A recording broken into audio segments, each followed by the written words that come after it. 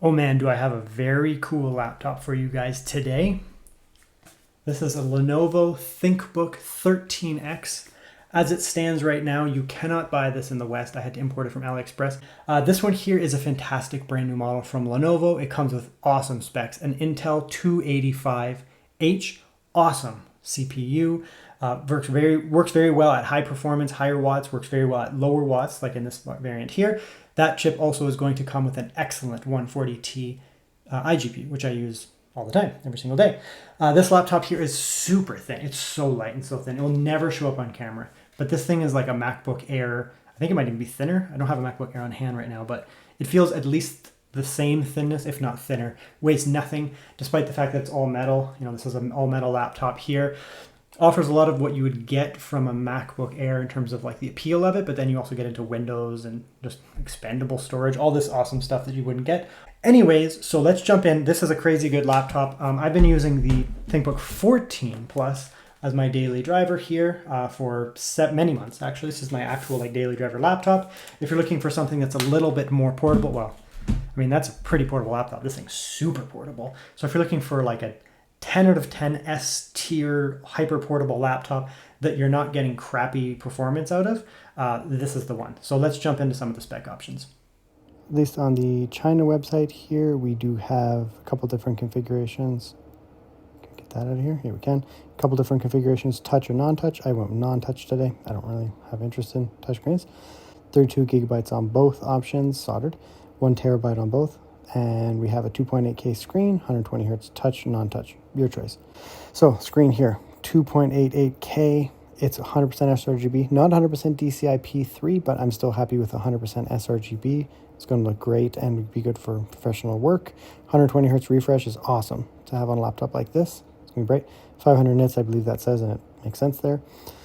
Extremely light, 1.14 kg, very thin as well. You're going to get some other good stuff like Wi-Fi 7, awesome to see that. You do have the Ultra 9 285H. It's an outstanding CPU. The Core Ultra stuff this generation, 255H and the 285H, are the best mobile chips on the market. Lunar Lake is also fantastic from Intel. You can get really good battery life, even better than this, but this thing is going to offer incredibly good battery life, an awesome iGPU, and stellar performance. It's just the way that it is. You get 40 gigabit USB 4 ports, awesome. 74 watt hour battery is massive for a laptop of this size, and the screen to bezel ratio, 3:2 aspect ratio screen is awesome. A little bit more height on it when you're looking at a laptop that is smaller. Yeah, looks pretty good. Let's actually get into the laptop. Okay, and here we are, the ThinkBook 13X.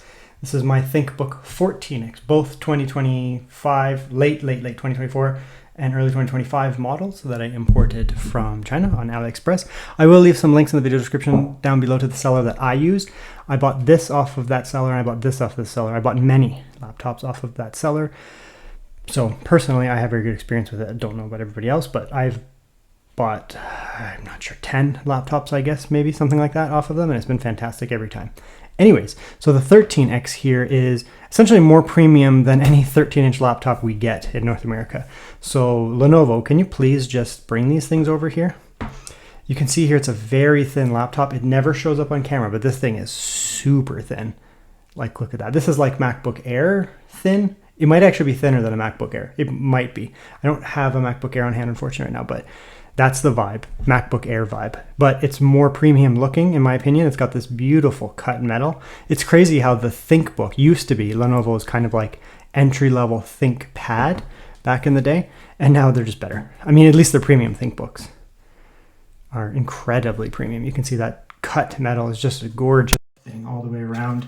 Metal bottom. This is an all-metal laptop, by the way. Metal top there, metal internals, which means that despite the fact that it is incredibly thin, it's extremely rigid, weighs almost nothing. Let's come here. Again, this is an all metal laptop. Very, very, very rigid, super thin. And let's get a weight here. 1,182 grams, under 3 pounds easily. Fantastic. Actually, you know what? Let's bring in the ThinkBook 14, which is not as light, but it's, it's a bigger laptop. It's thicker and it's heavier, but it's still reasonable. But this one is like a 3-point-something pound laptop. And it's weirdly balanced. Right, an extra 500-ish grams. This is still, I mean, relatively light, I guess. But it's also kind of not super light because it's a thick all metal laptop. Not super thick, but thicker. So we'll just do a comparison here if you're comparing the two of them. These are both some of the nicest laptops you can buy, like in the world, with your money right now. A little bit different design. This one has that cut metal, which was similar on the Lenovo ThinkPad 13-inch. I can't remember what it was called, the Z13, that's what it was. Similar to that. But then this one has the silver gray kind of look. Obviously you can see it's a little bit smaller, but this is a 13-inch, this is a 14. It's actually 14.5 inch. This is 13.3. Look at that, beautiful. Ports are not going to be fantastic on the 13-inch. You get one headphone, microphone combo jack, and then you get 2 USB-Cs. I guess they could put in some more ports, but whatever, it is what it is. And then you get one for charging, I suppose. So 3 total USB-Cs. Now these, you get Thunderbolt 4 ports. So, I mean, you can run docks and things. Like you could get yourself a dock like this, just a simple dock like this, and get tons of displays and all that as well. They of course support storage docks as well, because this thing doesn't have a ton of storage options, but all the stuff that you can get to expand it as well are going to be there. There's your kill switch. And fingerprints. You do not get bad fingerprints on this laptop here. It's the same chassis. I'll just show you. This is my daily driver laptop. I've been using this. I probably won't wipe this down in 2 weeks, maybe a week. And I've eaten food while using it. I mean, I keep my hands relatively clean, but like, look at that. This one has a rubberized texture on the keys. This one actually has this kind of shiny one, which is actually even easier to clean. Again, I've been using this for a couple of days. I mean, I've had it for even longer, but I haven't cleaned it in a couple of days. I've been using it intensively to do these tests, and I don't wipe the fingerprints till after. And look at how light they are. Right? Easy wipe down too, of course, but I just want to show you how it looks like in a worst case scenario after several days. Yeah, that's right there. You get some extra like cut metal on this one here where it's angled slightly. Right? Just a freaking gorgeous laptop. This one doesn't have that. It's just sharp, but I love both. I mean, visually speaking, this is nicer than that. This is probably, for me, the most aesthetically pleasing laptop I've ever had in my life. It's beautiful. But yeah, let's close it down this way. Oh, look at that. Listen to that lid. Listen to that premium lid. Oh, that's nice. Extremely easy. So I just gave it a tiny little bit of torque right there. Slip that in, and then I could just do that. Go along. Like that. Like I said, it's a big metal bottom. Single unibody bottom. Oh, the battery's actually attached to the lid. Wow, I have not seen that. I think I've seen that once before. So the battery is actually attached to the bottom. That's cool. I guess like it, yeah, prevents it from getting knocked around. They don't have to screw the battery into anything here and potentially damage components in there. Probably just glued in. Yeah, just got like a tape. You can actually see the tape there for removal. Interesting. You can tell this is a Chinese laptop because they think about this kind of stuff. When you want to remove it, you just peel that up and then you can pull that out. I don't know. I just find that they're just more critical in that market because there's so much competition that they just don't tolerate other things. So as a result, the bottom is a little bit heavy, obviously. Some pads there for structure. Not too bad. Massive battery, 74 watt-hour battery. 74 watt-hour battery in a laptop of this size is just absurd. Very good. I'm actually just going to flip this around because I don't want to unplug that for now. It doesn't look too hard to actually unplug either. You just basically take out these 2 screws here and then it'll just pop right out. But why do that? Some pads here so that there's no pressure on the back of the battery. Also very good. Those are huge speakers for this little tiny thing here. I expect this to have pretty good audio. This one here has pretty good audio as well. Now upgradability will be significantly less here. This laptop here has dual NVMe 2280 soldered RAM, but 2280 is double. It's a bigger laptop. Here we don't have anything like that. We have a ton of battery and we only have 1 NVMe. Unfortunately, it's also a 2242. I guess this is going to be a rare case if I don't physically know how they could make it any better because there's nowhere to put it. Like there's literally nowhere that they could put a bigger, like a 2280 because there's something under there and they put in a huge battery. So the options would be if they made the battery smaller, like for example, they shrunk the battery down to here rather. I made it like a 52 watt or 54 watt hour battery. Then of course they could extend the motherboard here and potentially put in more storage. This is a case where I always love more storage, but this is a case where I'm not going to complain about that, because the segment of this laptop, it's going to be people who are looking for ultra portable, super ultra portable, but they want to have Windows environment, they don't want Mac, and they want to have a ton of power with that 285H processor. So that's going to make a lot of sense there.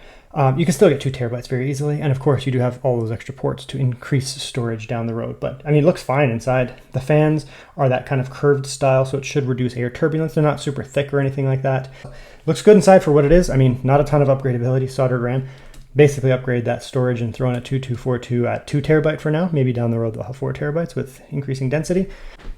So the keyboards here on both of these are actually fairly different. The ThinkBook 13 on the right here has a kind of a smooth textured keycap. This one has a rubberized textured keycap, kind of like a Microsoft Surface. Lenovo Yoga's, IdeaPad Pros, and ThinkBooks nowadays use like these type keyboards. In 2025, I've noticed most of them have this rubberized style, whereas last year it was kind of like a 50-50 between the smoother texture and this here. I don't have a preference for one or the other, both good. You might get slightly less wear on these if you have fingernails over here versus the rubberized. I mean, if you type really hard and you have fingernails, you might eventually scratch the rubber, maybe. They're pretty resistant overall. Obviously they resist fingerprints very well. That's quite nice as well. This thing here is like all keyboard. It's right to the edge of the laptop as much as they can. And despite that, they get like generally a full-sized style here. Dedicated arrow keys. You get your function keys up here, which right now, they operate as function keys.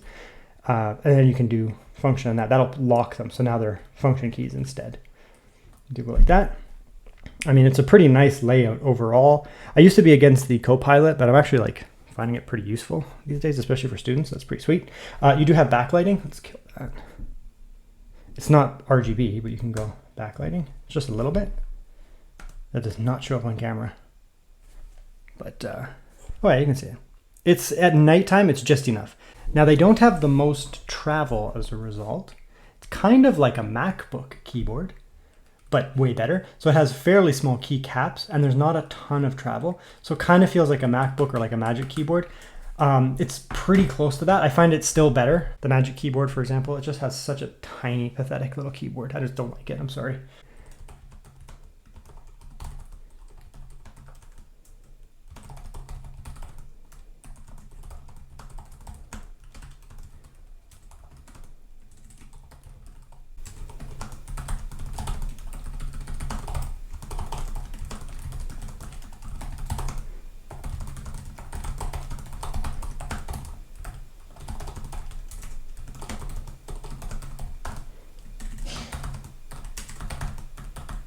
Yeah, it's so good, honestly, that I even have an error. I think I had one place I had to correct there. If you're coming from a MacBook, you'll find this very comfortable and similar to a MacBook, but just better. Now, the trackpad, this is a plunging style, though. But it's very sharp. I don't like muted, gross clicks. Some laptops, I find a lot of ThinkPads, they put muted trackpads, probably because they're used in work environments and people don't necessarily want to hear that all day from somebody else. But it's a ThinkBook. People can suffer. Too bad for them. And it just gives you nice sharp clicks there. Moving on. So we have display here. We have a very high resolution, 2880 by 1920. Same actually on both of them. So this one has more pixel density. They're both very pixel dense. So 2880 by 1920. That's well above 1440p, well above 1600p. You're approaching 4K. Not quite, but you're in between 1600p and 4K. So it's a very high resolution screen. Which is fantastic. So you're going to get a lot more crispness, and in terms of like text elements, they're going to be much sharper. When you do things like screen grabs on that, they're going to be much sharper and higher resolution. You also get high refresh, which is very nice. You can do 120 or 60 hertz, dynamic. It'll switch depending on what you're doing here. Same with this screen over here. Now, you'll see there's a slightly different in terms of the colors here. Now, my screen on the left here, they're going to be very hard to film the difference. This is 100% DCI-P3. This is 100% sRGB. I prefer DCI-P3 because the reds are more vibrant than sRGB, but they're actually not technically more accurate. sRGB is actually more for like digital design, graphic design, and video editing online, just so you know. It tends to be more accurate. These reds can be over-exaggerated. DCI-P3 screens are very good for content consumption. So playing video games and watching movies, it's more saturated. But when you're getting into the creative space, it can actually be overly saturated because the average screen that people use these days is actually not a DCI-P3 color space screen. So if I did all my graphic design at a professional level on a screen like this, you could get some over exaggerations that other people won't see necessarily, so it might look a little different in the final product. I don't care because I'm not a professional graphic designer, and I just like the color space. But that being said, sRGB is fantastic. That's kind of my baseline. I don't like to see NTSC screens. They just do not look good. I'm sorry. But if you give me a nice a nice sRGB screen, 100% sRGB screen, you're never going to hear me complain. They'll look fantastic. So let's come in here. Tiny bit more red, but it's really only the red you'll notice. Just ever so slightly more sharp in the reds. But then once we get out of the reds, it'll be basically the same. Both have excellent blacks here. I mean, again, there's a freaking window behind me, but you get no bleed. I've started doing some recording last night here, like some testing. I didn't turn the camera for some reason, I should have. But with the windows off and like the dark in here, there's no bleed here. So they do a pretty good job with a non-OLED. It's pretty much as good as you're going to get on a non-OLED, non-glossy IPS screen. They do good with black. Again, discerning Chinese customers, they just won't tolerate crappy screens, to be honest. Right, they're both very vibrant screens, beautiful. Beautiful overall. sRGB versus DCI-P, this is mainly the difference here. You get a tiny bit more in the greens and a tiny bit more in the reds. This one, as I said, it might be a little over-exaggerated, technically. Like this is almost like nuclear green, like I highly doubt that the landscape has that shade of green. This is more natural. So for professional work, real professional work, beyond like my profession, this is sRGB is actually more accurate, which makes sense. The 13 inch is like kind of the type of laptop that you'd be moving around with and doing that type of work here. But yeah, it's looking pretty good. But they're not the same aspect ratio. So this is a 14.5 inch, 16 by 10, just standard 16 by 10, not 16 by 9. So you notice a little bit bezel on that scene there. This one actually had larger bezels. Why is that? This is a 16 by 10 aspect ratio, almost 4K, not quite, but almost 4K. So what happens here is if you actually line these up here, like take the bezels into account, they're actually almost the exact same height. There's a tiny bit more on the ThinkBook on the left there. But if we line them up this way, let me go off camera, okay? There's a fair loss in width. So what does that matter? On a 14 inch, 15 inch, 16 inch, that type of screen, typically I like this style of aspect ratio because you can put two things side by side and you get a little bit more height. And you don't feel like crunched down. When you get above 16 inch, like 17, 18 inch, 19 up to a monitor, I actually don't mind 16 by 9 because they're just so big anyways. It doesn't matter. That loss of height doesn't bother me.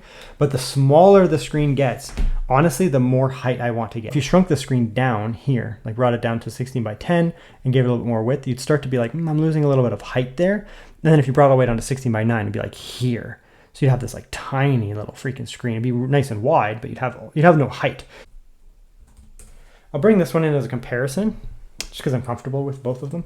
Comfortable with this. This is my daily driver laptop. So we'll come in here. I do expect this to get pretty freaking loud, so just watch your headphones.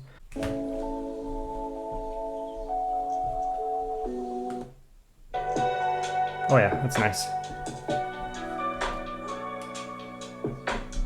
Turn it up. It's gonna get loud.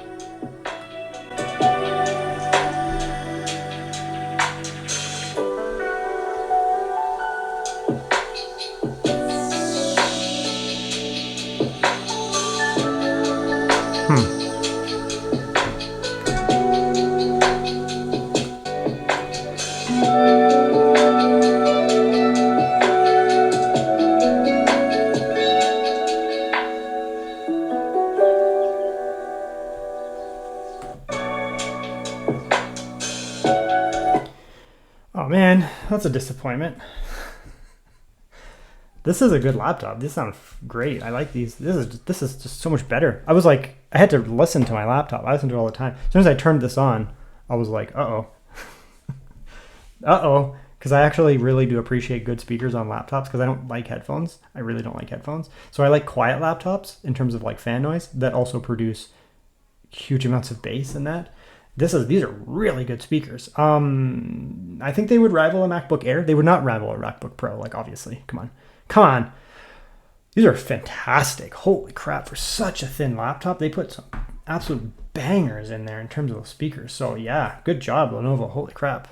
Okay, so now what I want to do is, close that, we're going to do some benchmark runs, not for the benchmarks. We'll have a benchmark section after this. I've already recorded it.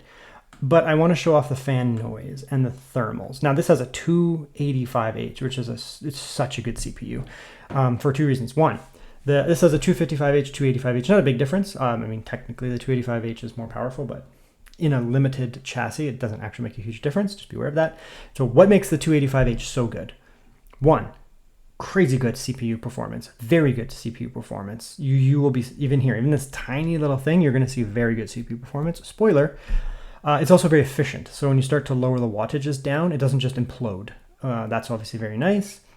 You'll also find that it parks very well. I've already talked about the battery. Like, the battery is just so good. It doesn't say anymore, but the battery is incredibly good when it goes to parking.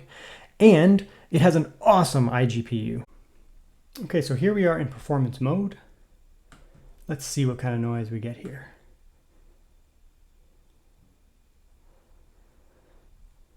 Wattages.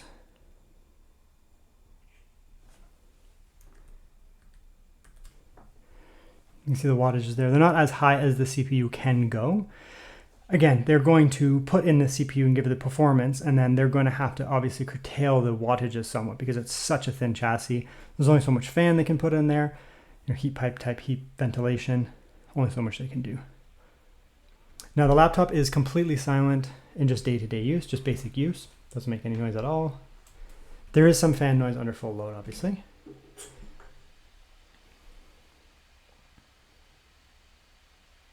No pitchiness to the fan, no irritating whirring noise.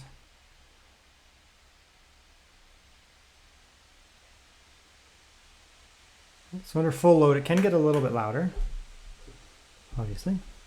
Scores on the 285, it's not going to get what, a full thicker laptop with the 285 can do. Like I have a Yoga right now, Yoga 9i Pro, which gives a little bit better score, about 20,000. But this is nothing to sneeze at here. 17,473 in a tiny little laptop. And we peaked at 54 watts, and we're basically maintaining closer to 40. That's not a lot of watts to get that level of CPU performance. That's like what you get in a handheld, like a little gaming handheld type thing. Very impressive. Okay, so let's stop that. And what we'll do is we'll go down to balanced mode and silent mode.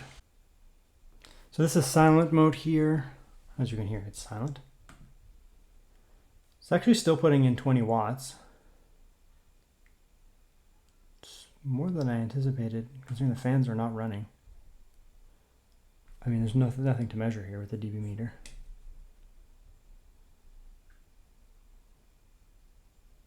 It literally is no sound. So the fans just, I guess, are off in silent mode.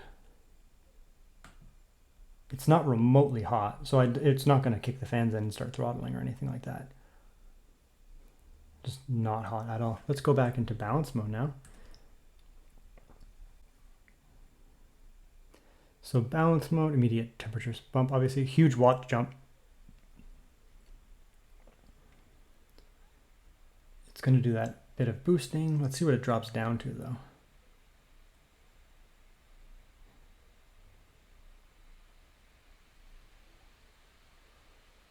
That's about the same. Interestingly, performance and balanced are actually pretty close.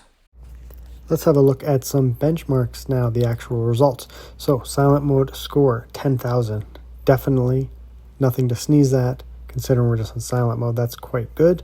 Then moving up to balanced mode, there's a pretty big jump there, 13,000 now. That's getting into some pretty serious performance now. Then going up to performance mode just for a little burst here, and we're getting 17,741. It's superb, very good. Now, the 285H is able to do better if you have a thicker laptop that has more cooling and more power allocated to the CPU. For example, the ThinkBook 14 Plus shown in this video has just a 255H and it gets 20,000. That being said, for a 13-inch laptop, this is truly outstanding CPU performance. And then doing a full run of the 285H just to show whether it goes up or down, it doesn't really. It still stabilizes at about 16,500. That's very good for such a tiny little laptop. Then moving over to the included NVMe, looks pretty fast.